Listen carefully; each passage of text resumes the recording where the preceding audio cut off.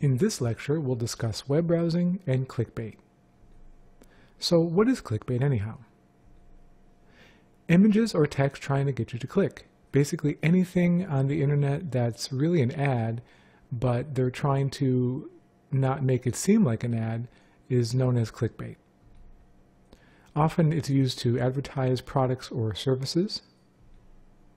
Other times they use free reports. Click here to see a free report on how to save money with your mortgage.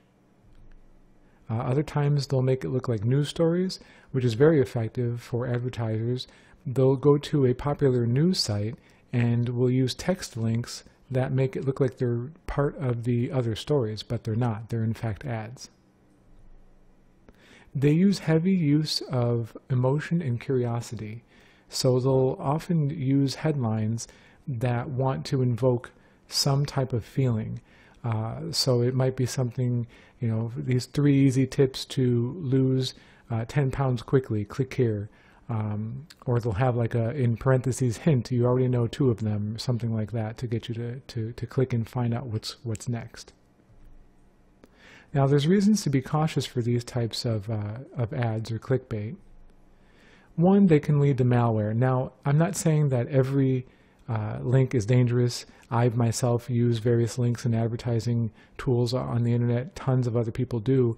But it's basically the context of those links that you have to be careful of. And we'll go over some demos and what to look for. Regulation varies amongst advertisers. If you're advertising or clicking on an ad from someone established like Google or something like that, they're not perfect, but it's much safer than if you end up on some weird, deep website that really is kind of seedy looking and kind of odd. If you click on those types of ads, they might be unregulated, and who knows where you could end up. Also, now tracking cookies, you've probably heard of cookies before. Cookies are little bits of information, little text files that keep track of sites that you've gone to, maybe your IP address, internet protocol, the address that is like an address for your house, kind of shows where you are on the internet. Oftentimes they'll use tracking cookies so that if they see that you are interested in buying a new car, then that little tracking cookie can be used by other advertisers. So when you view different sites, they'll say, oh, wait a minute, you're looking for a new car. Let's advertise them new cars, and then they could hopefully get your business. So tracking cookies aren't necessarily a bad thing, but you just want to be aware of them because there are some privacy concerns if you don't want to be tracked. Also, you may end up with pop-ups leading to other web pages. If you click on clickbait, and it might be something like, say, a weight loss product. If it's a less than desirable site or ad or places that are trying to pull something, all these different pop-ups might come up on your screen, leading you to other places that might infect you with malware or spyware or something like that. Now again, they're not necessarily bad. You can click on links. Links are what make up the entire internet. That's what it's based on. Just know the difference, and we'll go over examples later on that kind of show you. And again, if it feels weird, that if it looks like it might be a bad link, it's safer just not to click. Now I have a website open up in Chrome. So this is a popular news site, newsmax.com, and this is a perfect example of clickbait. There's tons and tons of other examples online, but I wanted to show you this one because it's easy to see and there's a lot of them in one place. Now, of course, any site like this will have a lot of different advertisers, and that's completely normal.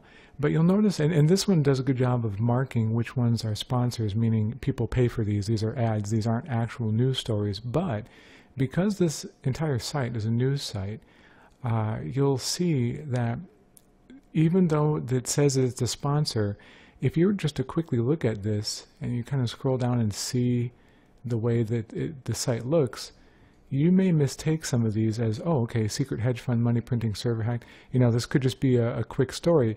Now, I'm not going to click on these because that actually costs people money, although they're already paying for these, so it's probably okay for this type.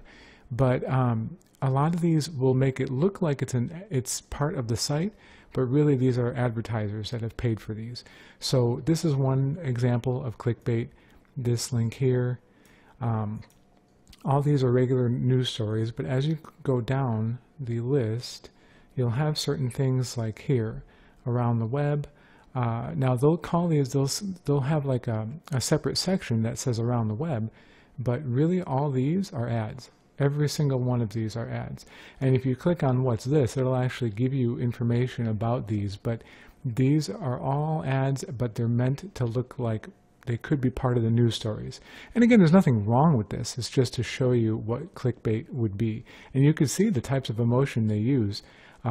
Is CoQ10, you know, manna from heaven for your heart, all sorts of different things that will come up. You know, stop constipation, the shockingly easy fix. So they'll use emotion to get to your attention. This is a good example. Stop Obama gun control, vote here. So it talks about voting, but really this is just an ad for something else. Or you can get on someone's news list and then they'll email list, and then they'll be able to market their other stuff to you. So this is just a good example of a site that has a lot of different types of ads and clickbait.